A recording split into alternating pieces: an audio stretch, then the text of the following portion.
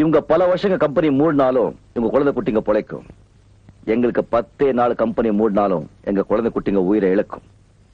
உங்க கோரிக்கையை உங்க முதலாளி ஏத்துப்பாங்க நினைக்கிறீங்களா? மனசாட்சி உள்ள எந்த மனுஷனும் ஏத்துப்பாங்க. அவங்க மனுஷங்கன்னு நான் நினைக்கிறேன்.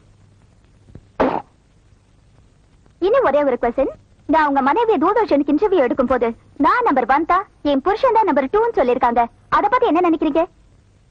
போச்சுடா, இதையெல்லாம் ஞாபகம் வச்சுக்கிட்டு கேக்குறாளே. நான் நம்பர் 2 தான். நீங்க number 2வா? S.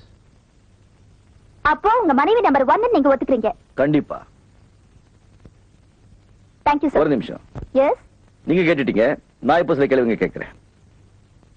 Number 1, number 2, number 3 குதிரைங்களை தான் கூப்பிடுவாங்க. ஆனா சில மனுஷ குதிரைங்க நம்பர் 1 நம்பர் 1 அலையுதுங்க.